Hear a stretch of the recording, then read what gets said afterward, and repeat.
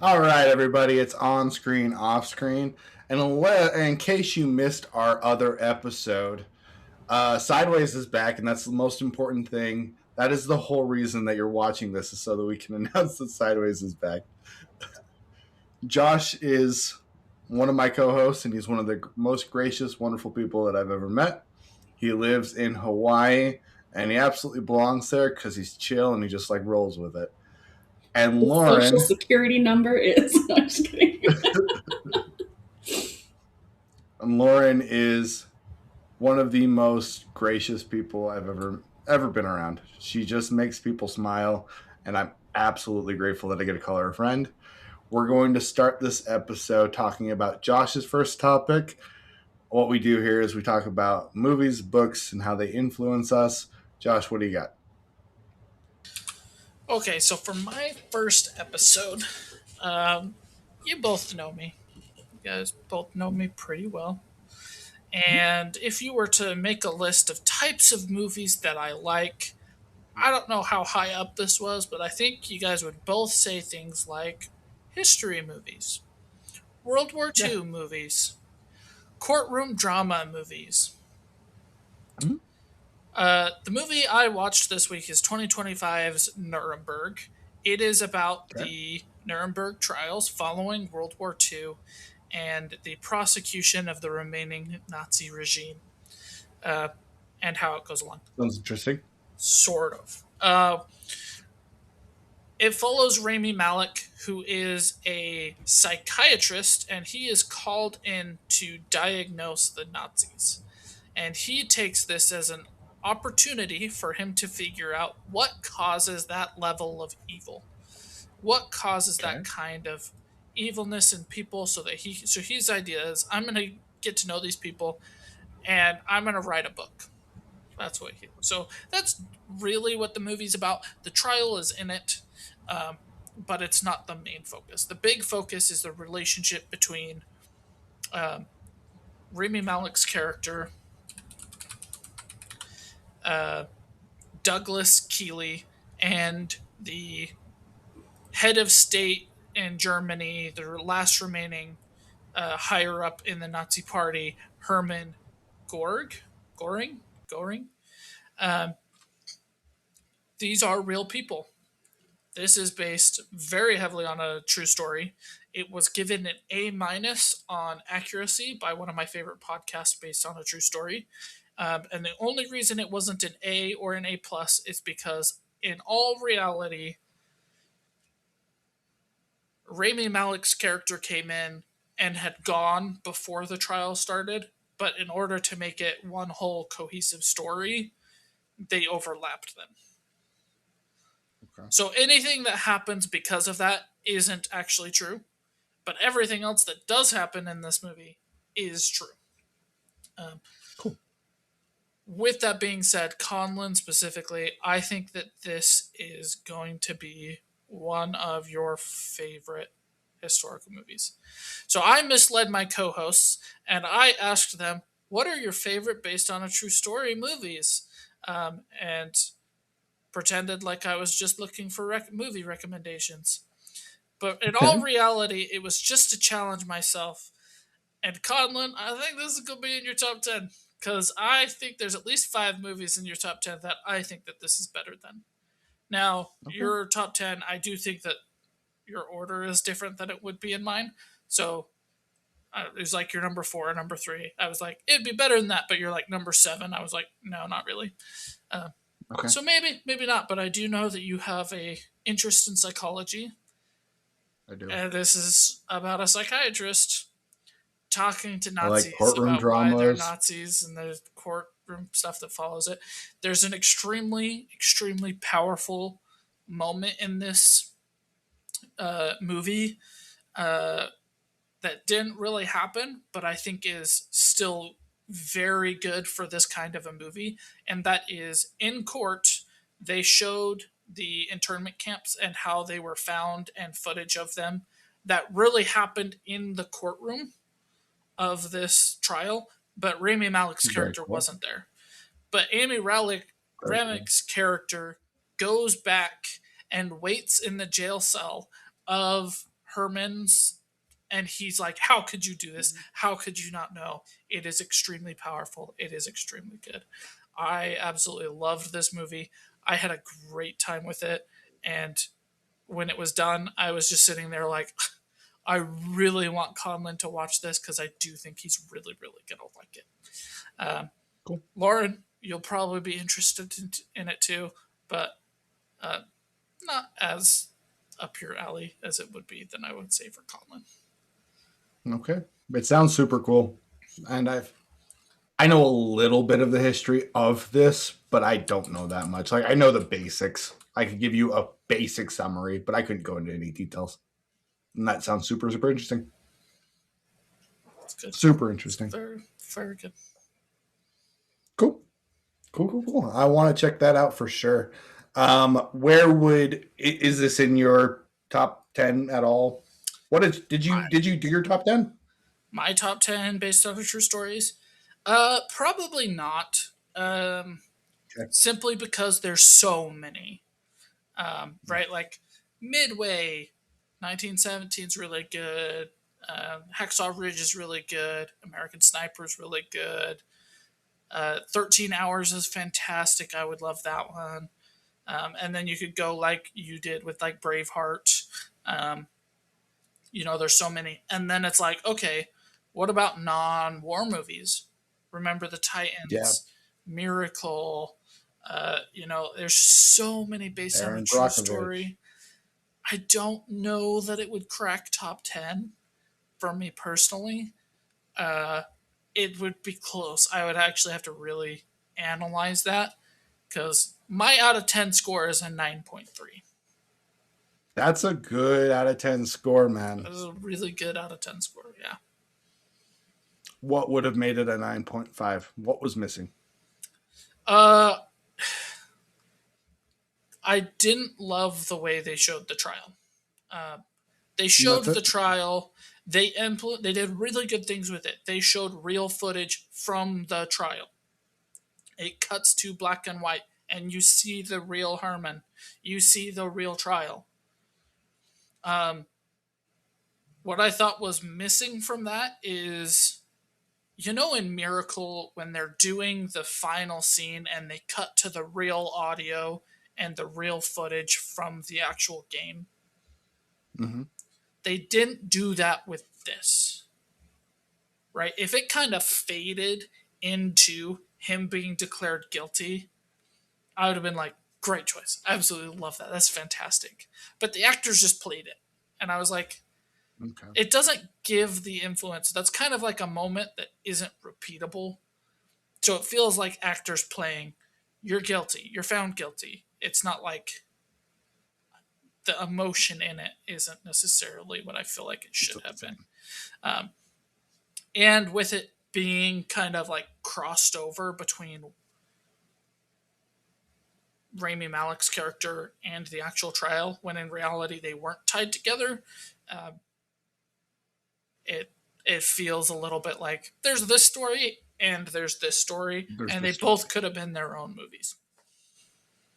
Really? Like there's Yeah, that? Cool. because they weren't That's in cool. reality crossover, right? Yeah. So every time they do crossover, you're like, this doesn't really feel like the same kind of movie.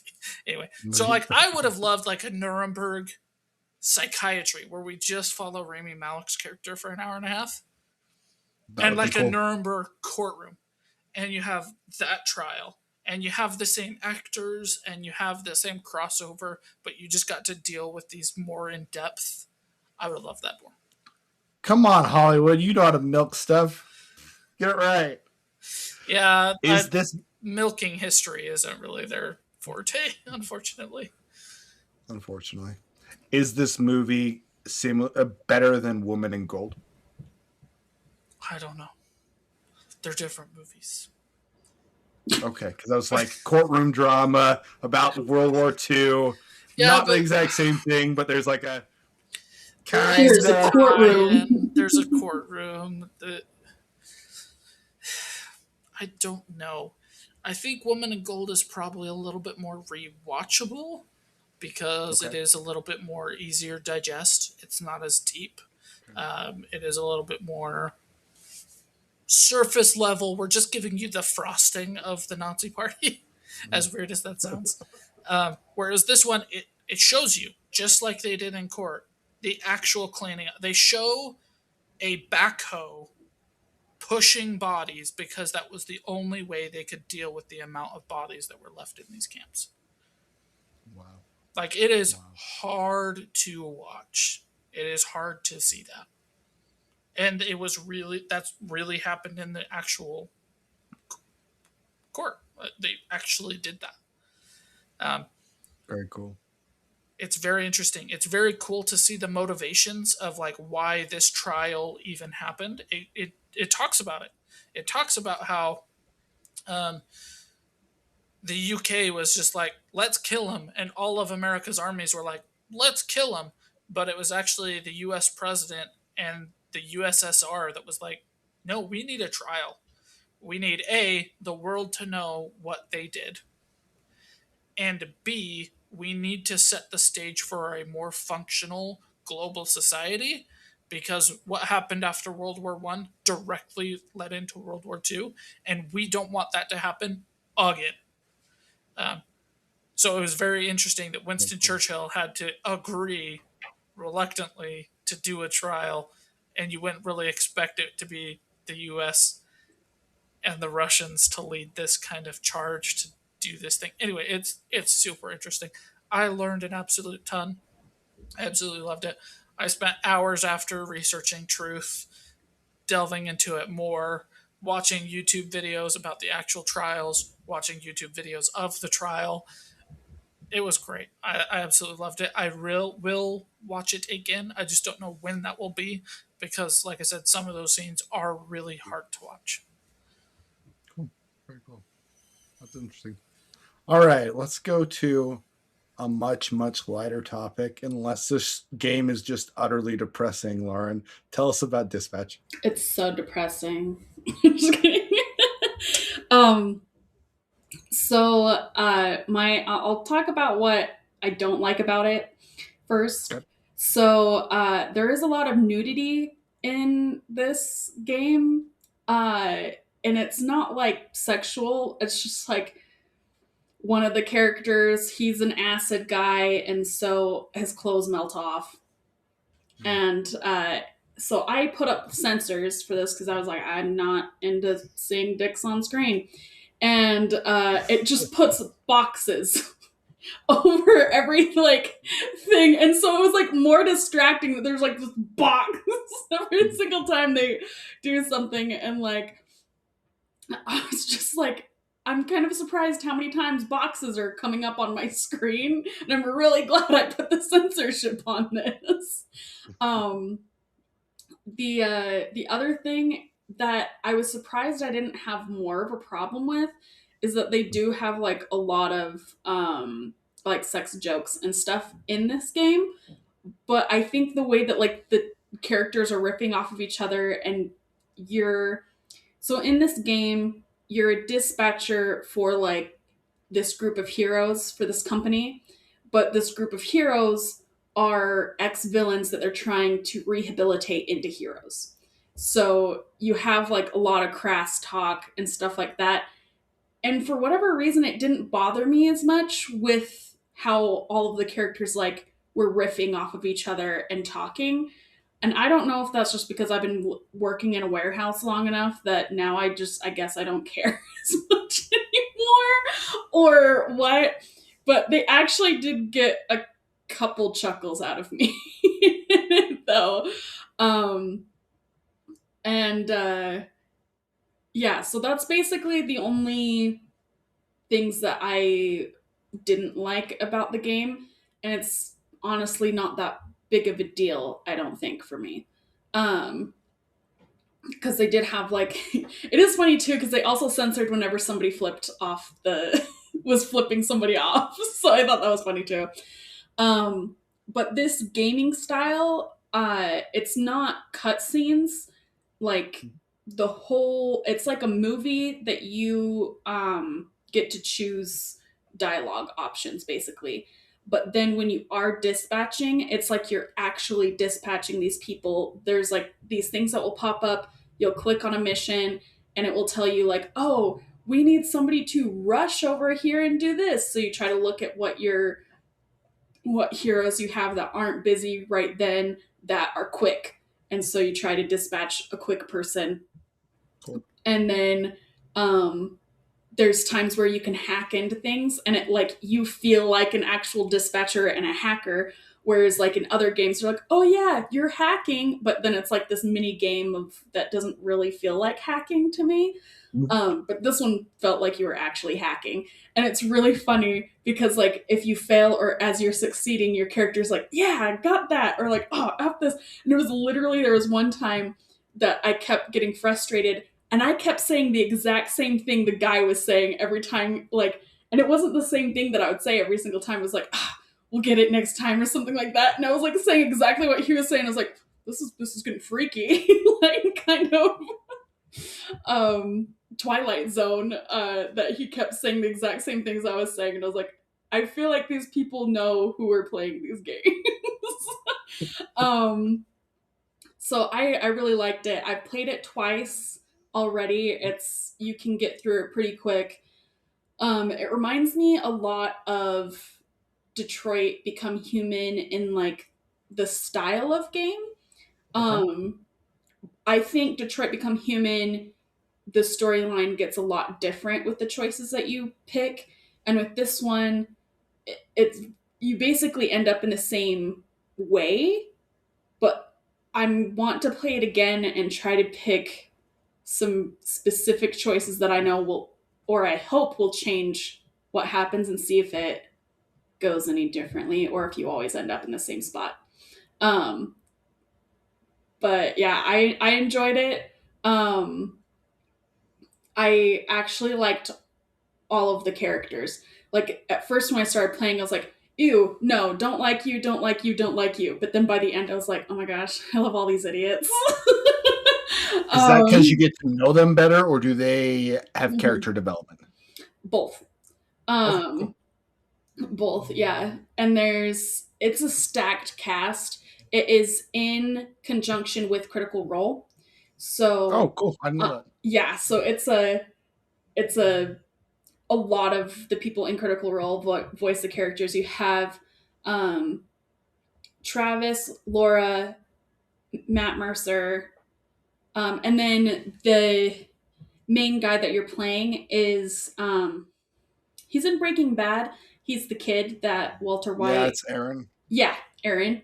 And he, like, I did not recognize his voice. And I was like, ooh, I like this person's voice, like, for the thing. And I was like, this person has a really good voice. And then when I like looked him up, I was like, I was not expecting that at all, actually. um but yeah, and it's interesting because there's two love interests that you can choose from, and I did chose one time and the other one the other time. And it was so funny because when I was choosing the one the other time, I was like getting angry at the other one, and I was like, oh my gosh, like, you're being so annoying, let me get with the actual person. But then when I, like, by the end of the game, I was like, I liked both, like, I didn't romance both of them, but the one that I thought was annoying, I was like, oh, okay, actually she's pretty cool. And then when I flipped the other way, I was like, oh, this girl's being annoying that I wasn't romancing her. But then at the end, I was like, okay, so they're both pretty cool anyway, at the end anyway. Um, but yeah, it was just really funny how there's a couple of choices that will change who's on your hero roster. And Okay. so I still have another playthrough to try to change that up a little bit.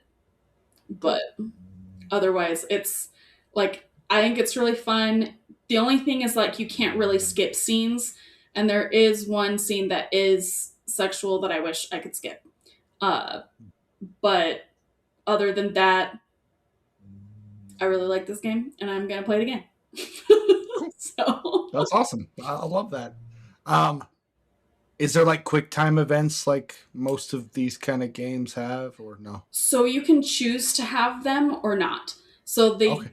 don't. I chose to play it the first time I played it, I chose to have them in, but then I realized I wasn't really getting to see all of the action fights and stuff. So it kind of made me feel cool while I was doing it. Um, and it doesn't, I don't feel like it affects it that much. Um, but I kind of want to play again where it does have the quick time and just start bombing them to see if it does change it.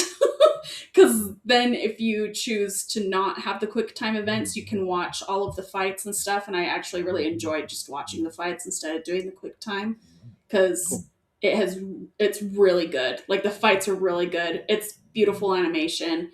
um That's what I was going to ask. yeah, I was like, the second time I watched, I was just like blown away by like all of the effects and things, because there's a lot of stuff that I've had to animate in fight scenes that I was like, oh my gosh, I should have done that. I was like, that was genius.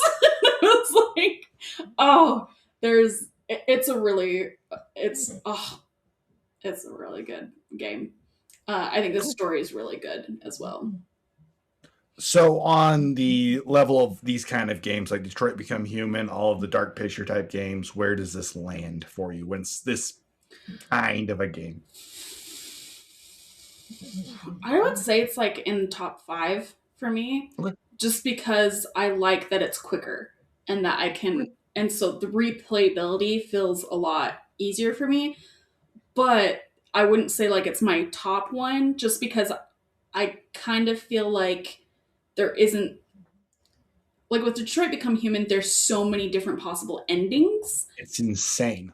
And with this one, I feel like there's a lot of different paths for you to get to the same ending ish. Okay.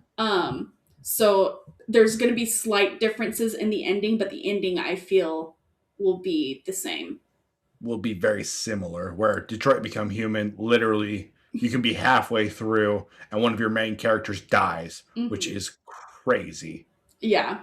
So I really like how this one, like the different paths to get there is interesting, but ultimately it comes to the same ish ending.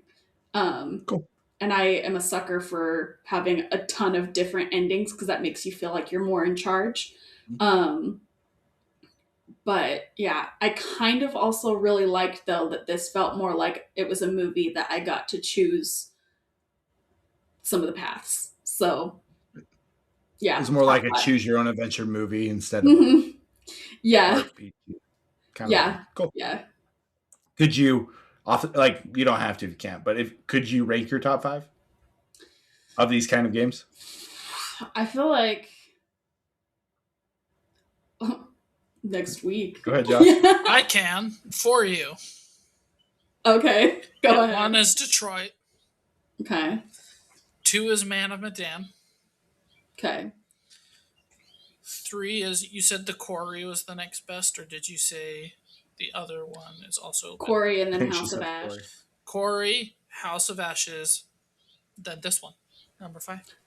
I would Is maybe put Dispatch above Quarry. okay. Okay. I would Okay. say Quarry and Dispatch are tied. But if I So, had okay. to put one above, it would be recency bias. Dispatch wins. Okay. So, Okay. Detroit Become Human is right, number one. Mm-hmm. Then Man of Medan. Mm-hmm. Then either Dispatch or The Quarry. Quarry. And then number five would be Little Hope. No, not Little Hope. House of I Ash. was like, no! How dare you? House of Ash. See, I did it for her. It's all good. I, that's awesome. I'm super pumped to play that. Next week, guys, we will be playing this game and we will review it. So tune in. Hopefully, we both like it as much as I Lauren have a does. correction. I'm so sorry. What? Number five would actually be this bed we made. Ooh, yeah, you're right. You're right. Wait, because Corey. Okay, so if Corey and Dispatch are okay, Corey, Dispatch, and this bed we made are tied. Fair enough. I wanted it on record that that game has not been forgotten. I was definitely like thinking, I was like, I feel like there's another one that I liked and I can't remember what it was. But yeah, this bed we made, I really like that one. Because that one, I played that one like 4 times in a row. You So played That's it crazy. twice with me. So, yeah. And then I played it by myself yeah. a couple of times. I Yeah. need to play it. Mm-hmm. You do. I'm installing it right now. But yeah, I'll be excited to go into talking about this deeper when you guys play it Cool. because We'll play it this week. there's some cool stuff. All right, let's go to my topic. Terminalist Dark Wolf. I finally finished it. Oh, go ahead, Josh. What are you gonna say? What's your rating on a scale of 1 to 10? Oh, yeah, duh. Oh, me. Is I it better was than like Black waiting for Panther? Conlin. I would say it's a 9, but because of like the nudity and the scene that you can't skip, um, I would say that brings it down. Otherwise, I would have said it was a 10. Oh, okay. It brings it down to a 9. Yeah. Gotcha. Okay. Very cool. Cool. All right, let's go to my topic. I've got Terminalist Dark Wolf. This is an insane show. It's great, like truly great. I actually like it a little bit more than Terminalist, just a little bit. A little teeny tiny sliver better. Wait. I think Terminalist Dark Wolf. It's That's called it's the The Terminal List Dark Wolf. It is a okay. prequel show to the show called Terminal List. Oh, Terminalist. okay. Gotcha. You're dealing with some of the same characters as Terminalist, and you are seeing how events get to the point that you have the Terminalist happen. Have you watched Terminalist, Lauren? Is that the one with It has Chris Pratt Chris in it. Pratt? Okay. And he Yeah. has like the brain thingy that's Yeah. making him fuzzy. Okay. Yeah. Okay, cool. So you get to learn about the character who he kills at the very, very end, who's like his best friend, Navy SEAL, and like how did that happen? I love this show. I think it's great. The writing is spectacular. The side best friend character, you really get to understand him better. And I've talked about this on the podcast before, but I've read all the books, and they did a really good job of developing our main character. And I literally forgot his name. The guy from Africa, who is white, the other main character, the other Navy SEAL that's in the show. He's important in the books later on, like really, really important to the story. And being able to understand that character better made me like the books even more. The only other time that a show has made me like the book even more, and like vice versa, has been The Expanse. The Expanse, I think, does a really good job of building in areas that are different between the book and the show. This one does the exact same thing, and it makes me appreciate where they're coming from more. The story is really interesting. The way that they are tricked. So in the story, they're tricked to kill a bunch of German operatives, and our other Navy SEAL, who I should remember his name, who's from South Africa, he Fuck. kills this. I don't think it's no. No. Okay. I was just listing off the cast. I'll look it up right now, really quick. List. But anyway, this character gets tricked into killing a German operative. And he has always been I will do good, I will do the right thing. He is a good person who's trying to be honest and trying to help his brother out and trying to be somebody who is real. And it absolutely crushes him. It's a moment where you can feel the pain of somebody who has gone against everything he believes in. Every aspect. It's Rafe Hastings is the name. Very important to the books. He'll be important with season 2. And even more important with season 3. But you can feel the absolute pain and anguish that this guy is going through. And I love it. The way that everything twists and turns, the betrayals are amazing. The fact that you kind of understand Ben Edwards, our main character, and you understand why he's so disgruntled and why he's so mad, and you kind of go with him, but he takes it too far. And I think like any great story, something that is good meaning just gets pushed and pushed and pushed. And there's so many parts in this series where you're just like, holy crap, did that just happen? Josh, the part with the bomb where he just puts it on top of the car, insane. Wild. It's the end of an episode, talk about cliffhanger, and I'm like, it's 11:30. I need to go to bed. Screw that. I watched the next episode. It just had me hook, line, and sinker. It's a great show. The one thing I don't, and I feel like I missed something, that's why I was going to talk to Josh about it. I don't understand how this leads to Terminalist, which is a major problem with the show. I think the show itself, incredible, but I don't understand that connection. Am I missing something? Are you missing something? Like, is there a scene or something that you missed? The answer is no. Okay. How this leads into Terminalist is all trying to understand why Ben got to the point where he does what he does in Terminalist. Okay. That's Okay. all the point. It's how did he go from Navy SEAL, best friend to our Chris Pratt's character, right? He's the only one that he calls brother. And out of all of the Navy SEALs, those two were the tightest, right? How did he go from that to the person who did what he did in Terminalist?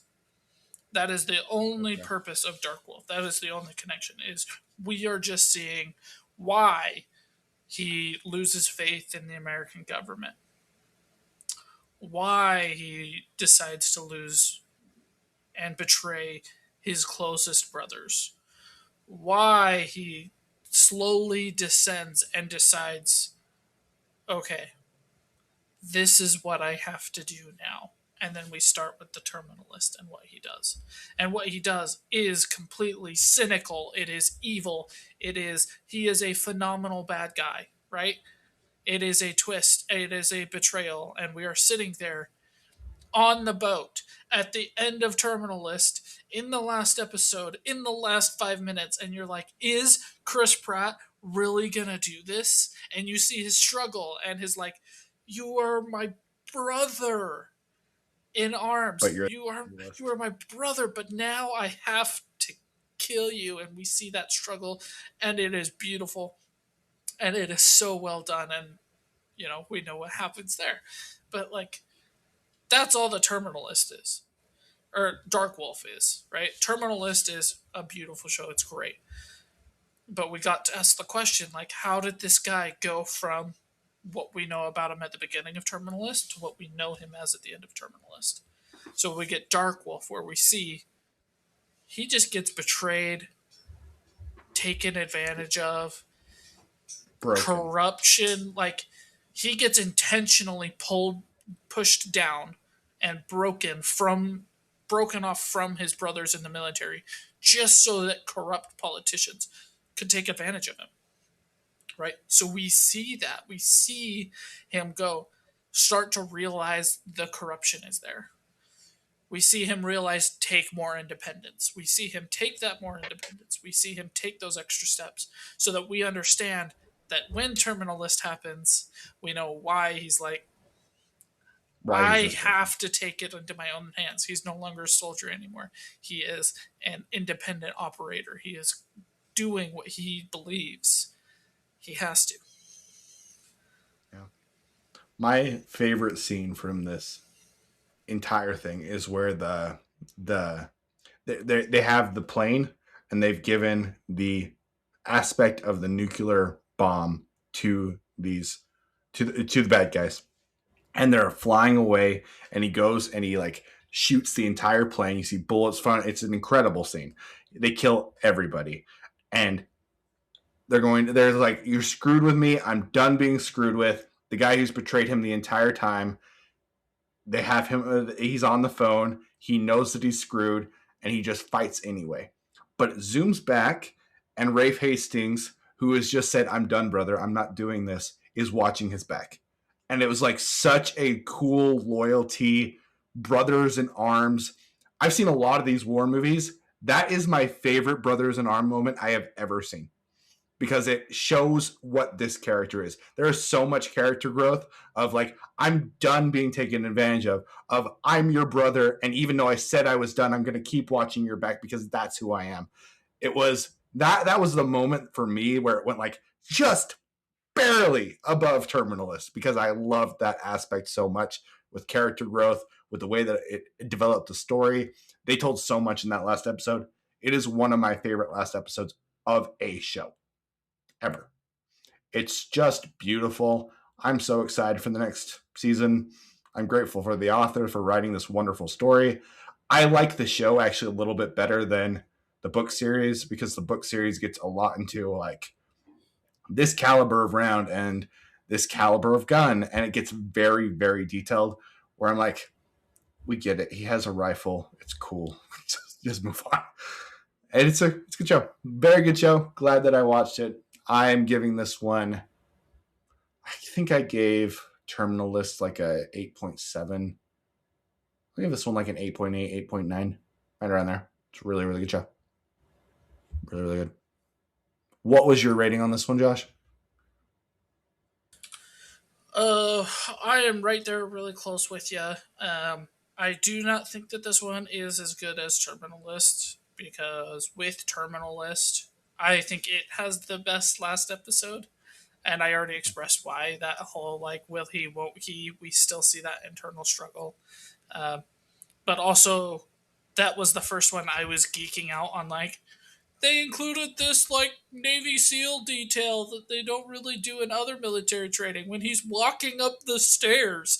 Um, so I gave Dark Wolf an 8.45 because it is still amazing. I think the best thing that this show does is give me hope for Terminalist season 2. Because at first I was like, I don't know. Like, that's one complete episode or one complete story. Like, do we really need more? Like, I'm nervous because we know what happened with Reacher season 1, season 2. But then Dark Wolf comes out, and I'm like, I don't know. Like, but I watch it, and I'm like, that was great. That was so good. I absolutely love that. Um, but it didn't have that, like, X factor pushing me beyond of, like, nerding out about something or doing it. Like, I basically pretty much forgot about Dark Wolf till you brought it up. Like, I know it was Really? there, but Okay. I've not like never once thought about going back to rewatch it. I think I would rewatch it. My one thing with Terminal List that I like the book better than the movie is where he's going back and like having flashbacks about his wife. I think it's overdone in the show a little bit, and it brings it down just a little bit. But that's a very, very minor complaint. Yeah, Very minor. Still a great show. it does. All Great the show. characters' motivations make complete sense. If you haven't watched Yep. it, you should watch it. If you're a fan of the Terminal List, absolutely watch Dark Wolf. But if I had to pick to watch Terminal List or Dark Wolf, I was gonna be Terminal List like 10 out of 10 times. All right, dude. Let's go to your next topic. Okay, my next topic is The Perfect Marriage. Yet another book that I read this week. Uh, it is another murder drama book. The last one I talked about on this podcast was. Wow, I literally had it and just lost it. Lips of an Angel. Just kidding. It's No. something. Anyway, it doesn't really matter. But I liked it, but I hate. Oh, Couple Next Door. I remembered. Okay. I liked it, but at the end, I felt like the main character was betrayed to me, right? Like, I was I lied agree. to this entire time by who this main character was. And at the end of it, they're like, and she had mood swings where she lost control and her memories. Ooh, and you're like, okay, that's just stupid. Why would you do that? This one is not that. It is completely good from beginning to end.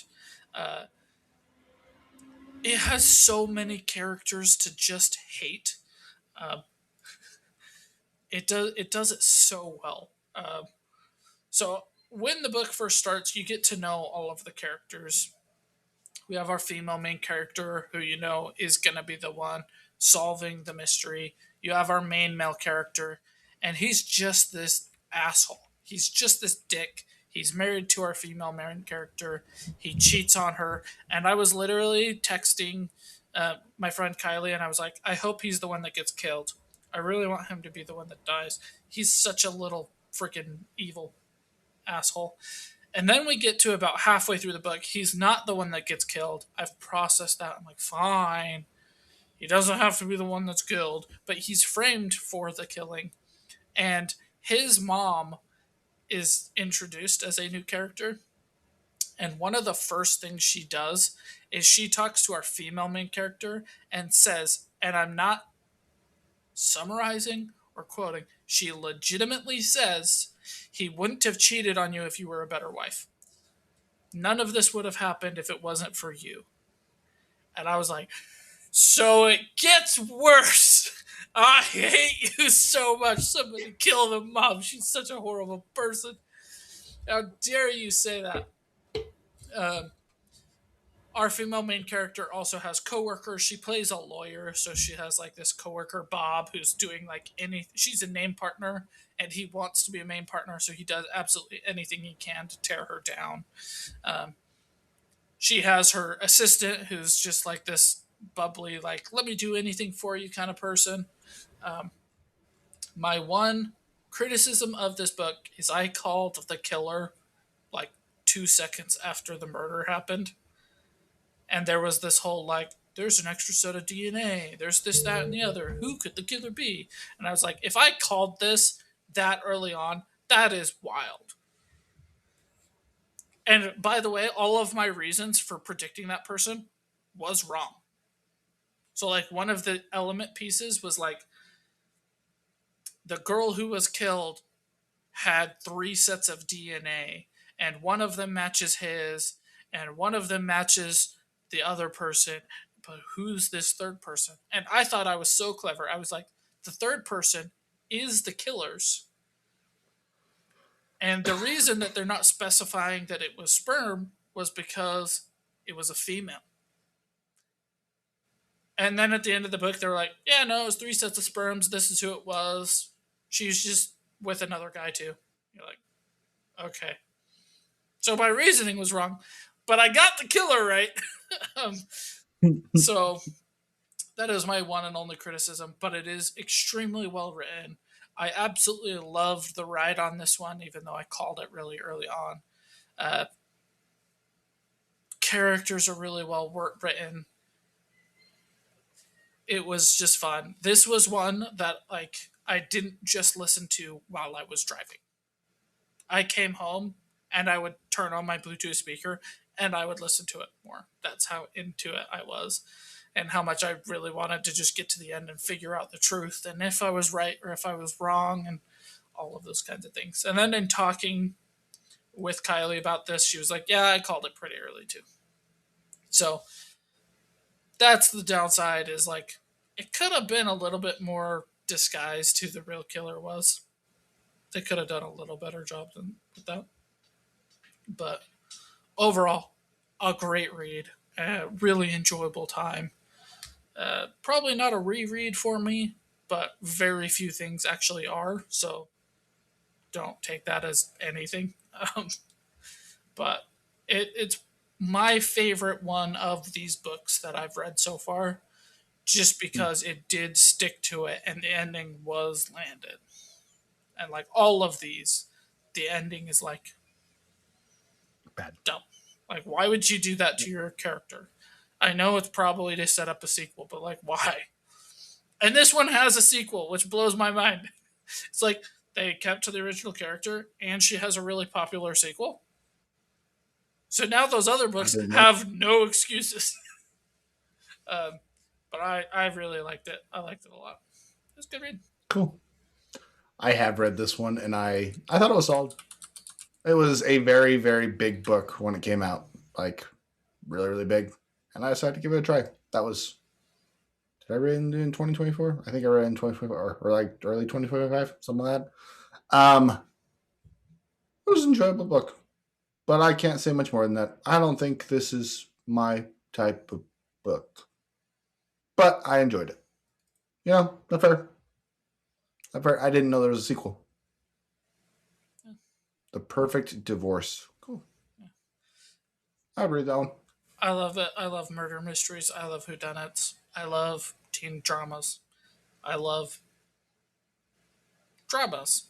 I love rom coms. And this is a book version of like all of those things. It is. That's great. Cool. Cool, cool. All right, let's go to our shared topic, guys. We are doing Fire and Ash. Lauren, why don't you go first? Okay.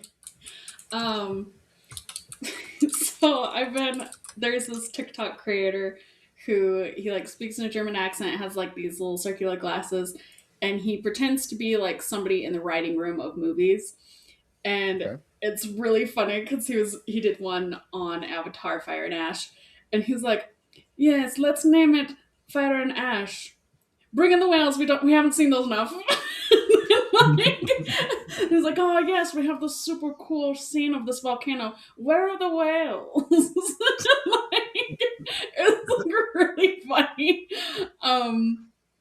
Because yeah, I was expecting it to be like the first one. You have like the forest and all of that, and then the second one is water, and so I thought we were gonna have more of like a connection with Fire. fire and stuff like that. Um, and so I was a little bit disappointed that it was Wales Part Two. So, and like everyone else has already like said this all over the internet before. The third one is just basically the second one reiterated. Um, but I really did like the caravans, the little air thingies, and then I was like, James Cameron is really trying to make Jake Sully be the Avatar, the last Airbender.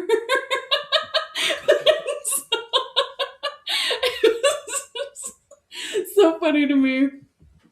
Um, I do like Spider's like thing where he was running out of air, and I was like, oh, I'm glad that they addressed that because I was thinking about that the whole second movie about like them getting resources for Spider and stuff. Um, and so I think it was kind of cool how they like cured him and made it so that he could breathe with like the microbiomes. Um, but then again, like when they were like, oh, they need to get Spider because then they can breathe the air here. And I was like, if the humans' plan is, I didn't think that the humans' plans were to like come live on the planet. I thought it was to mine it. So that's what the whole first movie was about, right? Like it wasn't to colonize the world, it was to mine it. At least that's what I thought. But then in the third one, it seemed like they were trying to inhabit it as well. And I was like, okay, well, now if you're just wanting to inhabit it, why aren't you guys trying to make good with the Navi? Natives. Yeah, They also do inhabit it. Like they there are do. humans there, and suddenly they have this massive base, and there's no problem. Like they just With the have base. that territory. They don't need more territory. They're there. It's all fine. Everybody accepts it. Yeah, yeah. So that's why I'm like, and they just have like this vendetta against Sully because he was traitor. So they're spending all of this precious resources to go after the native wannabe. And anyway, I just yeah. Um, but like I was glad I watched it. I probably won't rewatch it again because it was like 3 hours long. Um, but also like Awa was just being a jerk to Kiri. Like there was no reason for that. I know they explained it, but I thought that the explanation should have been a reason that she would be her favorite. And I was like, this makes no sense. Why is she just like trying to push her out all the time? She's like, you don't get to talk to me. I will kill you next time you try to talk to me. That's what it felt like. And I was like, wow, okay. All right. And Uh, then, by the way, protect my baby at all costs because you're the only one I trust. yeah. I also laughed at this TikTok creator who she's like all the normal Navi that like have to like grab their little ponytail thingy, and then she's like Kiri for some reason it's like attacking like a snake, which it was funny. Um, I was like more interested in the son's journey in this, um, in the third one. I didn't really care all that much about Spider. Um, I also was like, there was a scene where Jake is like, "Well, gotta go kill him now," and I was like, "Whoa." I'm like, this whole series, you've been causing problems everywhere you go for your family, and then you're like, this, and you've told like Spider that like he's like your son and stuff. And he's like, "Yeah, I gotta kill you, boy." And Spider's like, yeah, I get it, bro. It's all I good. was This like, at isn't first he's going like, to come up "No, again. we good." No trauma Oh, from this at all. I'm oh. going to grow up just fine. There was one point that it got me where Spider called Jake his dad, and I was like, like he's gonna kill you. And then like, I can't remember what her name is, like, Zoe's character, um, where she's like, not even low key, she was just freaking racist. And he's like, "So when our kids make a mistake, that's the human side," and she's like, "Yep." I'm just like, I don't know. Like that's gonna be kind of hard to come back from. And I didn't feel like I felt like that was a huge divergence from her character, to have that because like the first few movies was her like being like, "No, like accept them." I was the first to accept them, and then the third one she's like, "I reject." So anyway, I like. I know I said I was glad I watched this, and it sounds like I wasn't glad I watched this. But the visuals were really stunning. I was interested in the son, Loak, or I can't remember what his name is. Um, I liked his storyline. Uh, but yeah, I just think Awa was kind of a jerk. And I feel like everybody was. This was Avatar: The Way of the Jerks. So, but yeah, All right. What was your rating? 6. Okay. All right, Josh. What about you? So for me, I really struggled with this one um, because there's so much stuff that you just kind of have to accept, and that really bothers me.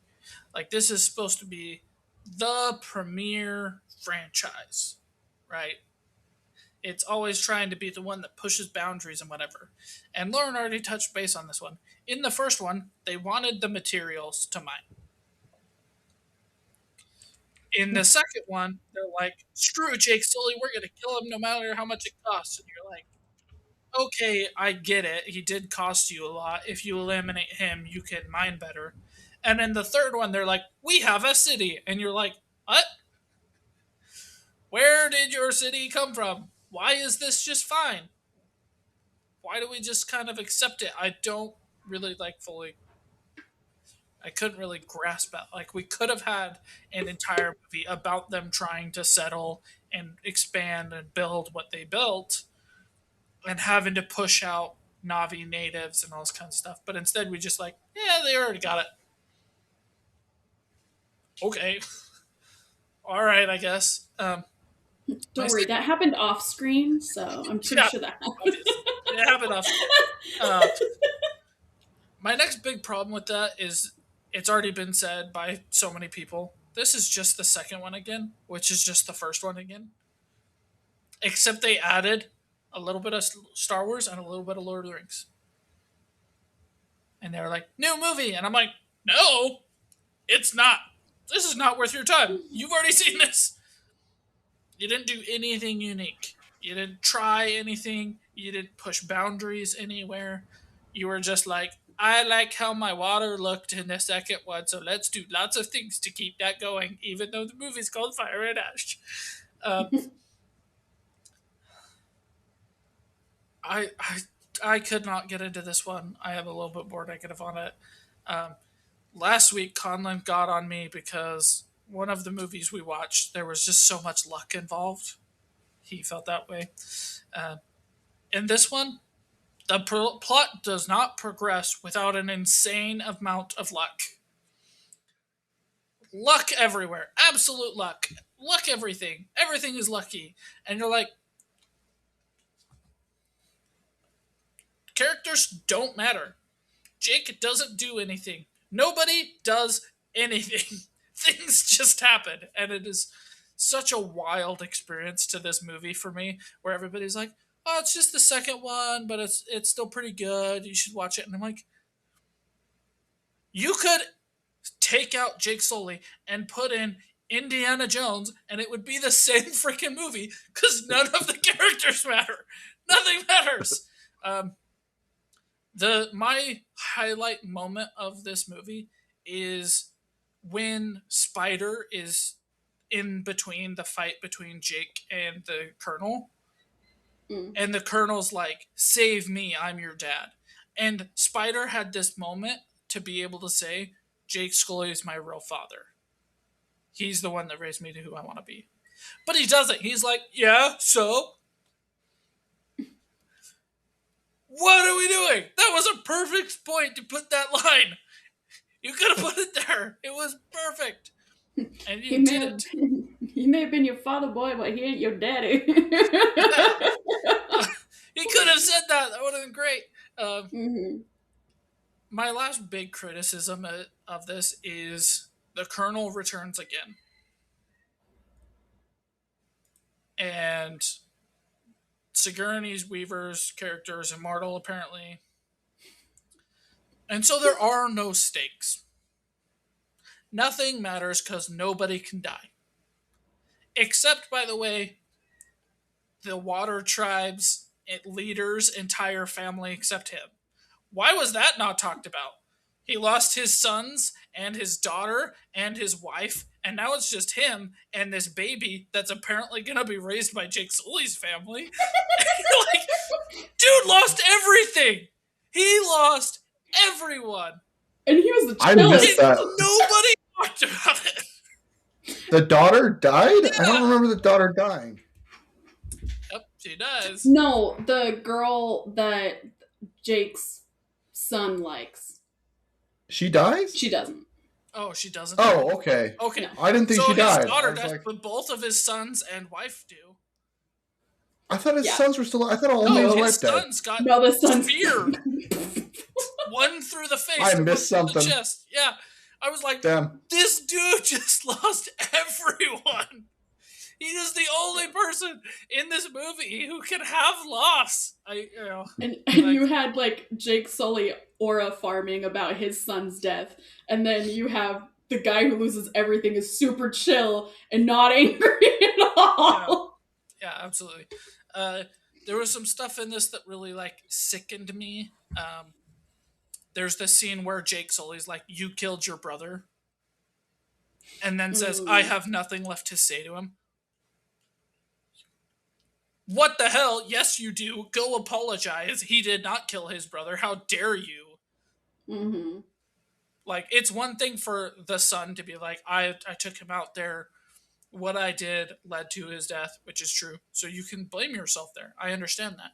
But to have your parent be like, you killed your brother, and not apologize for like, hey, that was a hot moment. I don't actually believe that. That part really sickened me. I was like, we're supposed to believe that you're a good father, that Spider would want to be a part of this family. But what I've seen is you blamed one of your kids for your other kid's death. You didn't apologize for it. You fight with your wife all the time, and then you tried to kill me. Why is Spider looking up to this guy? I don't really know, because the Colonel's looking pretty sweet right about now. Yeah. The Colonel gave me a hamburger you gave me trying to kill all of your male people in your family. You gave me trauma. I don't know. I have Yeah. so many problems with this. There's so many things they could have done.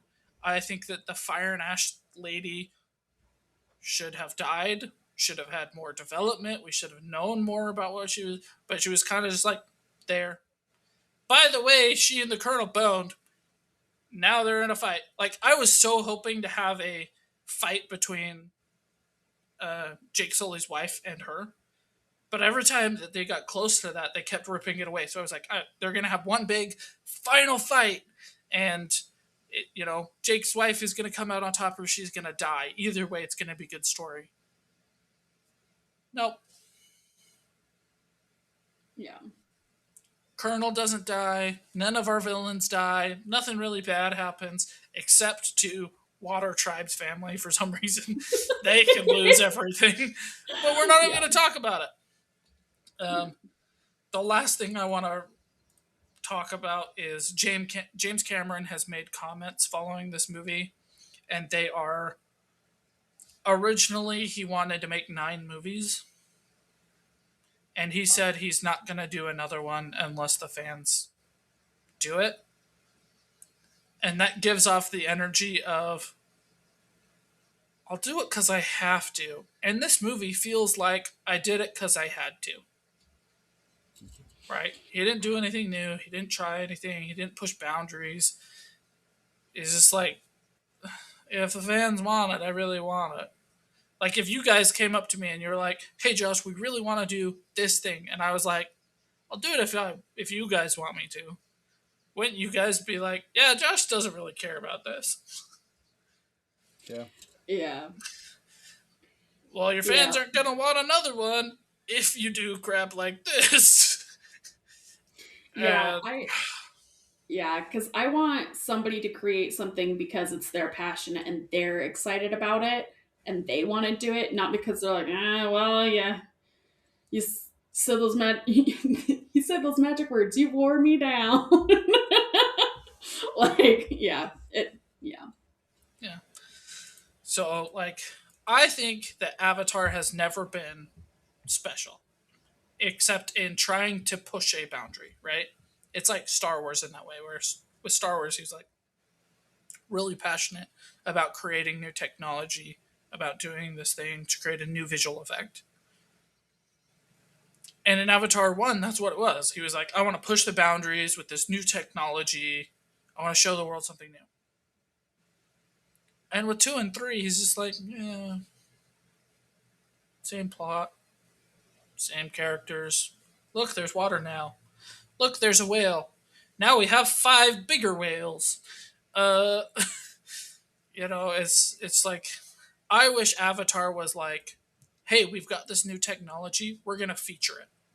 Like, Avatar Frontiers should have been like the ray tracing for computer games. It should have been it instead of Battlefield. It should have been like, look at this new technology. Look how cool it is. That's what Avatar should be, because clearly they don't do great stories. Like, Avatar is just Pocahontas, and Pocahontas, and Pocahontas mixed with Star Wars and Lord of the Rings. Like, I want it to be the thing that is known for pushing those boundaries in some way, and they're not doing it, and that's just kind of sad to me. So, Okay. yeah. What's your rating? 4.95. Okay. I am by far the most positive person on this movie by miles. So I went last night to the movie theater because I was like, they have some amazing technology. I want to see that on the screen. I watched it in 3D, and I was blown away by how pretty this movie was.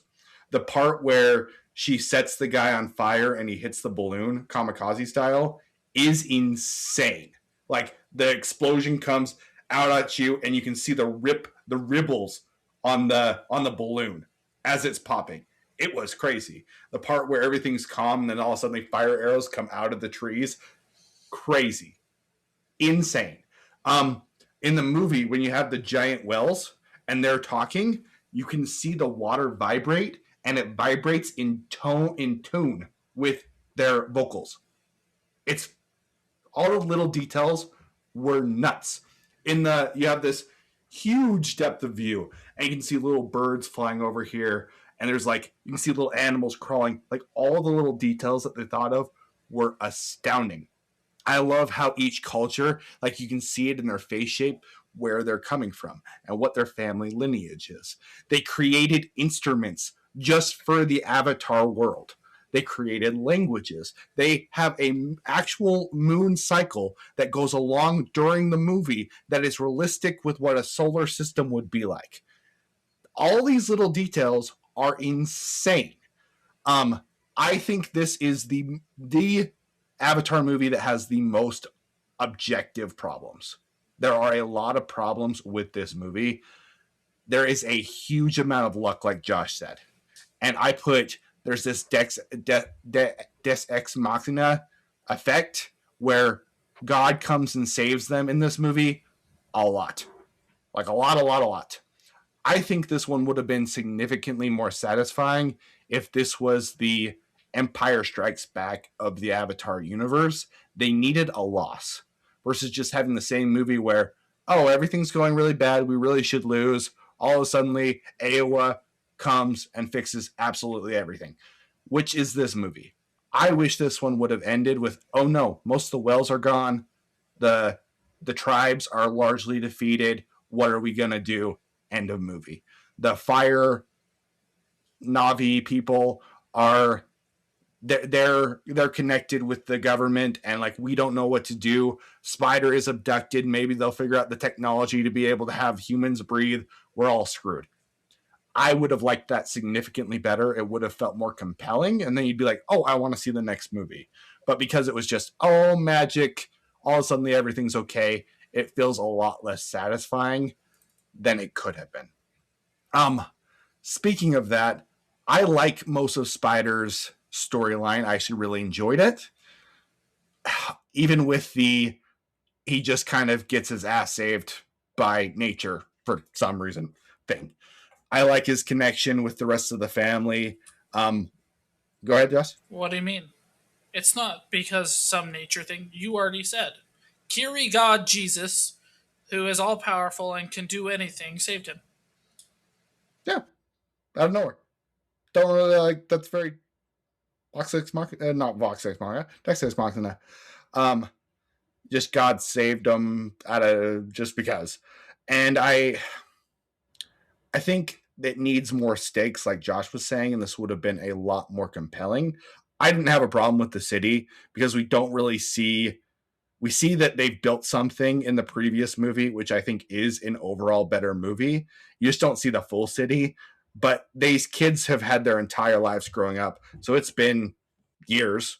And the fact that they could build a city during that decade, half a decade and a half, 20 years, whatever it is, isn't that crazy to me? Like I was fine with there being a city. We just didn't see it. Oh well, whatever. Um, the visuals were nuts. The music is really, really good. There was a lot of in the theater where you could feel like impact, where Sully hits into that wall after he's on the big raptor thing. You can like feel it. It was like boom, and I could feel it in my seat. There were gunshots where it was just like bam, bam, bam, and you could really feel the boom, boom, boom. The sound effects were really, really well done. They thought of all of these little details, and I really enjoyed that. There are a lot of repeats of. Go ahead, Josh. You've brought that up twice now, and my question is, didn't they do that in the second one and the first one? Yeah. On the sound design, yes, absolutely. On all the of those. visuals I found more impressive in this movie, and I'm actually going to get into that right now. I literally think it's the same as the second one, but go ahead. So the second movie, they did develop technology where they actually were able to film under the water. That's why the underwater scenes look so good. It was a revolutionary technology that they've never done before. And you can watch documentaries about it. Like it was a big improvement. It didn't feel as impactful. I went and saw that one in 3D also. And the problem is you're underwater the entire time. So at first you're like, wow, this is really cool. But then you're like, oh, I'm still underwater. And I'm still underwater. And we're still underwater. In this one, it felt more impactful because you're underwater, and then you're in a forest, and then you're over in action land, and then you're back in the water, and then you're back in a forest. And because you're getting these different sets, you get it feels more like, wow, that's really cool. Wow, that's really cool. And you're in the mountains, and you're with these flying ships. Wow, that's really cool. There's little birds flying right there. That's really cool. And it just continually makes you be like, wow, this is awesome, and makes the entire thing more impressive, in my opinion, than the second one or the first one were on a visual aspect to me, because you're going through so many different scenarios. Um, and I think I was just on a really good screen. That might be part of it too. I was very impressed with that. Uh, I'm not saying this is a perfect movie, because it's not. The last two things I kind of wanted to talk about are two things that you brought up as negatives that one is a personal reason that I'm not going to get super into, but it's a reason that this is my favorite Avatar movie, even though I think it's the worst one. Like, on an objective scale, I think it's the worst, but it was the one that actually left an impact on me. First, Zoe's character. I think that that's how racism works, and that's how phobias work, and that's how being against people works. Um, I have a friend who she got raped by a redheaded guy, and for ever, even now, she has trouble around redheaded guys, and it's not anything these redheaded guys do. Like, logically, she absolutely understands that all redheaded guys are not bad guys, and they're not the guy who raped her. But she gets back to that moment. That trauma is there, and she has a little bit of that trauma every single time. I think the representation of, you know what, humans keep screwing me over. They keep wrecking me, and I can't get it out of my head, is done exceptionally well in this movie. It's actually one of my favorite parts of the movie. I think it's really good. I think they did a very good job with that. And she's trying to struggle with it. Like, she's not a bad person, but she has been screwed over a lot, and she has been traumatized, and she has been beat up for years. And it is affecting every aspect of her life. And I felt like so much pity and so much sadness for her when she's looking at her own kids, and she's like, I just see them and I don't want to, and I love them, but I don't know how to be better. And there's no route for her to be better. I felt a ton of sadness for her. I'm actually going to talk about three. Um, the next one is Spider. I saw an Abraham kind of moment. He's begging, don't do this, don't do this, don't do this. But then he has this thought where it's my father's will, I love him, and if this is what I have to do to protect the people that I love, cut my throat. Take it. I thought it was one of the most brave moments that I've seen in the series, and it was a good character development moment. This kid who decides, I'm going to trust my dad even though it's going to kill me. It was impactful. These last couple episodes, I've talked a lot about impact, and this one had more impact for me than any of the other Avatar movies. The other ones didn't impact me at all. The last thing was the son's character. It made me cry in the movie theater. I've never cried in a movie theater, ever. I'm not going to get super into it, but his journey and his story in this movie is remarkably similar to what I went through. And I don't think a lot of people are going to have that same impact, but it hit me like a rock. This movie has a lot of problems. It does. There's a lot of issues, but there's none of the Avatar movies have had any impact on me. I haven't had any ideas that were really worth exploring besides environment good, man bad. That's it. This one had ideas that even if you don't like the ideas, they at least had them. And they at least decided to explore something that was larger than just environment good. And I appreciate that a lot.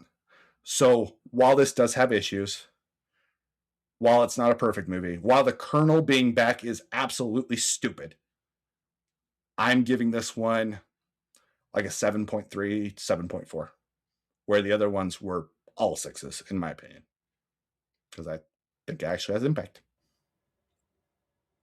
Okay. Yeah, I was like, it's interesting because when you were talking about like her being like the racist, that was a good thing. That I would have been fine with if later they didn't address it again, and then all of a sudden she was fine with them. Like it seemed like it was resolved Too without. easily. Yeah, so I wish that there was like more of a resolve. That's my problem with all of their plot lines, right? It's not that Spider accepted the death or that his dad was going to kill him. It's that it was just fine. It was that the dad saying you killed your brother was just fine. It's that, none of these had any kind of follow through, Hmm. right? And my problem with the racism aspect is not because I don't think it was represented well or that it's that it didn't follow through well. And we've already seen her have that lesson twice. She has that lesson in the first one, and she has it again in the second one. And now she has it again in the third one. So either she's not learning the lesson, is never going to learn the lesson, or anything, because, like, why would we root for her character to change if she's not going to change? I don't remember it happening in the second one. You had the first one, obviously, where That's her she's whole dealing plot with point in the actually second falling in one. love with him. I don't remember. I need to It's the rewatch it, I same guess. I don't exact remember that at thing. all. It's she sees it in her Yeah. kids. She sees it in Sully. She sees it in Spider. She hates Spider because he's more blatantly human than the other ones. She doesn't accept Spider. Then at the end of the movie, she accepts Spider into the family. Like it is a shame, right? That my problem with this one is not that any of those ideas that you brought up are bad or misrepresented or not done well. It's that the things that they So did they've already been well, done before. they already did twice, right? The visuals, very impressive. You're absolutely right. But the visuals were impressive in the first one. They still hold up as pretty impressive today. And Yeah, the yeah. visuals in the second one were also really good. So, like, my whole thing is it's nothing new. Everything they did before. The only thing done that was new was the you killed your brother scene, right? Like, that obviously is not a repeat. That was very impactful for you. I totally understand that. I don't want to criticize that, but it did feel unresolved. It didn't feel like it had follow through because Jake Sully was like, I have nothing left to say to him. And then when they finally meet up and they finally come back together, everything's fine. There's no leftover trauma from that. Just Yeah, move because on. what it felt like to me is that James Cameron's like, Jake is established as a good guy and can do no wrong. So when he does do wrong, we're just going to be like, oh, well, he is the good guy, so it's fine, Right. is what it felt like a Right. little And bit. I do think some of the mentality behind that was we have to progress the plot. Right. If we spent time digging into these deeper things, this 3 hour movie is going to turn into a 5 hour movie. So they're like, okay, we gotta move forward. We gotta move forward. But again, that's another one of my criticisms is they keep just luck, just things happening, and just people existing. So, but I am glad that you had a positive experience for it. I was, Yeah. I saw that scene and I was like, Conlon's either going to be really impacted by it or really pissed off that they didn't do it justice. I didn't know which one.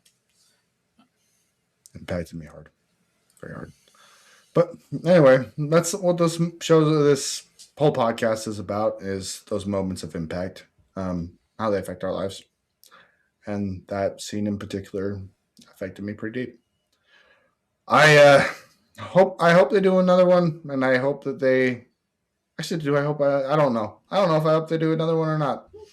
I think there is good to be had in here. There's just also a lot of mediocrity. There's a lot of things that don't make sense. I didn't even talk about this, but they had multiple times where the fire Navi lady, which I actually like her character, they have her in the crosshairs like multiple times, and I'm just like, take the freaking shot, kill her, shoot her, but they won't do it, and it's dumb. Like that's a dumb thing. Just The take the shot. first two times, I was actually going to bring that up because she's in the crosshair. I looked it up 6 times in the first hour. I didn't know it was that many times. I knew it was multiple, and I was like, just pull the trigger. When it's the sun, it makes sense, but when it's the military guy, I'm like, no way he doesn't shoot. What are you talking about? None. Plot armor Yeah. is holding my trigger finger. And the That whole ayahuasca scene where they're like tripping together was weird as hell. yeah. And it was even like in 3D. That was not pleasant. I did not enjoy that at all. Did not like it.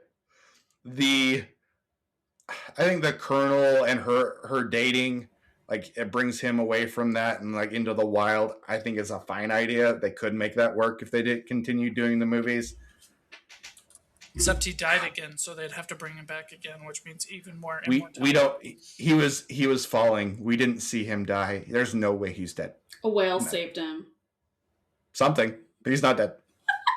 Guaranteed, he is not dead.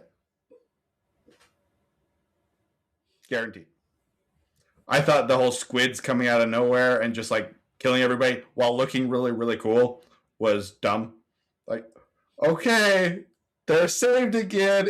Yay! It was What's dumb. really funny is I actually thought when they brought in the squids, when the sun was out looking for the whales, when they brought in the squids, I was like, oh yeah, they're gonna call them in later because they're the big bad, like the bad creatures. This one, because there's also that theme of there's a scary bad creature each time that comes in and saves them at the end. Yep. So when I saw that, I was like, oh yeah, that's how they're gonna do it. Would this movie have been better for you guys if it was a Empire Strikes Back? Like they actually lost at the end? I don't know for me. I think there should Yeah. have been losses. Like if I were had the power, right? The Yeah. water city would have been burned. That's why it would have been called Fire and Ash. They would have lost their town. They would have blamed Jake for it. Um, Kiri should have drowned. She should have sacrificed herself for the greater good to call in the mother and all of this kind of stuff. Um, I would have been cool with that. Spider should have died, right? Whether it was because he ran out of air and the brother who already lost a brother had to decide the greater good of do we go back for the battery for just him or do I get all of my other siblings out of here? Or if Jake had said, they can't get your body, they can't learn how to do this, otherwise they'll take over the whole planet, right? There should have been weight to their choices, but none of their choices had weight, right? If we had explored the chief's point of view, right, and at the end of the movie, everybody was surrounded by a burning city.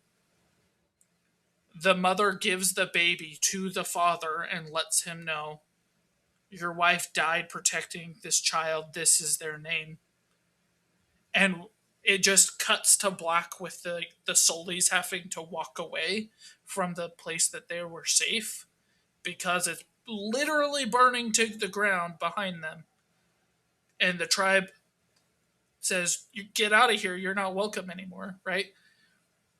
And it was just Jake, the son. Uh, I think that's all that's left, right? Because I I killed was off gonna say everybody else. Jake, the Son, and the Holy Ghost. The wife, right? You have the water tribe girl who has the romance with the son. You have her make that choice then to follow him, to go with him, to say that I love him more than I My tribe. he didn't do what Jake did, but you won't accept any of the souls, right? If that's how it was, even if they destroyed the humans, even if they fought off their attack in the end, um, even if they survived it, right? But you're left with the humans still have their city. The Solis have nowhere to go. All he's exiled from all of the tribes now. And the only place he has to go is into the place of Fire and Ash, right? That's the only logical place we would be thinking he could go, right? There's real weight, right? The Colonel should have died. Uh, For sure. I think a number of these other characters should have died. Um, I think that would have been better. I do have one more note I was going to bring up before. This is a silly note. Um, Sigourney Weaver and Spider's actor shared a kiss on screen. I learned that they did not actually kiss each other. They did the build up and then swapped out other actors to do the final part, so it looks kind of weird when you're actually paying attention to it. I gotta say, if that were me, even if I was a minor, I would get to walk out being like, I got to kiss Sigourney Weaver. No shame. No shame. He should have gone through with it. If it were me, I would have gone through with it. That's all I gotta say there. It was more Sigourney Weaver being like, I'm not kissing a kid. So I literally assumed that they put like a different actress in Sigourney Weaver's place and then just put the blue over the top of her digitally. That's kind of what I thought happened. I didn't. I Yeah, know They switched it filmed up. both of Different them. actors. It was the actors. They came up to be this close, and then they said, "Okay, you go out." And they brought in a replacement, and then they swapped. And they brought in a replacement and kissed and showed up them kissing. yeah, so they each had age appropriate people to kiss. Yeah. But I mean, like, Okay. that would have been cool if he got to walk out of it and be like, I got to kiss Sigourney Weaver. I'm not complaining one bit. I think that would have been funny. But anyway. That would have been funny. That would have been awesome. Yeah, I thought it was Anyway, cool of them to do that. I agree. Yeah, anyway, that's Avatar Fire and Ash. Next week, we're going to watch Miss Winterborn. I should have talked about that at the beginning of the episode. My bad, guys. We appreciate you all. I hope that you have a wonderful rest of your week and make great things happen. See ya.